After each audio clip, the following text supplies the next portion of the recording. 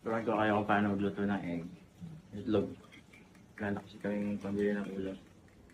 Itlog na lang. So guys, ilalagay ko na yung itlog. Ayan. Picture de peligro na. Ayan. Antayin mo lang ito ng mga 10 minutes.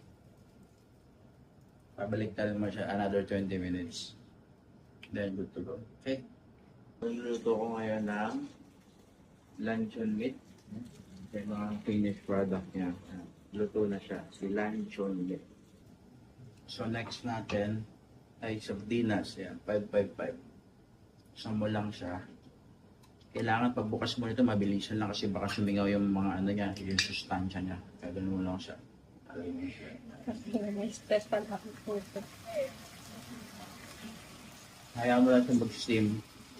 Tapos huwag mo haluin baka kumate. Hayaan mo ito mag-steam. Ano yan, tulingan? 5 minutes, antay gas, baliktarin mo. Then good to go, okay? Alright, so okay na yung ating salmon. Ayan. So 5 minutes lang siya. And then next, meron tayong tirang bawang and onion.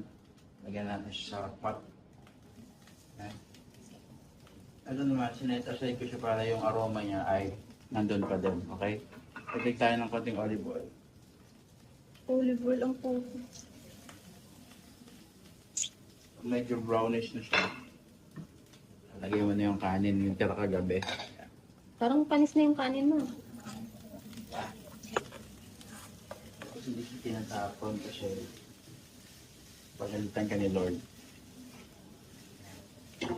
Low heat, mga 100 degrees lang. And then, kunin mo yung salt and pepper. Magkasama na siya dito, 2 in 1. Okay? Gago, sort lang yan.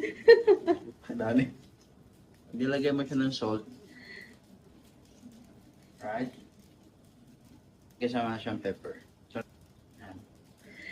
Medyo conscious ako sa maalat na pagkain kaya konti lang. Antay ka lang. Kung makikita mo, nag-brownish na siya. Bango. Bango yan. Grabe.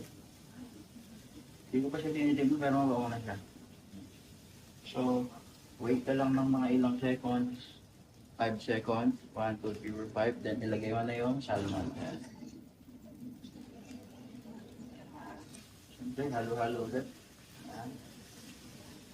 So, dahil okay na siya, pinatay ko na yung heat. Ayan na siya. Sa upan.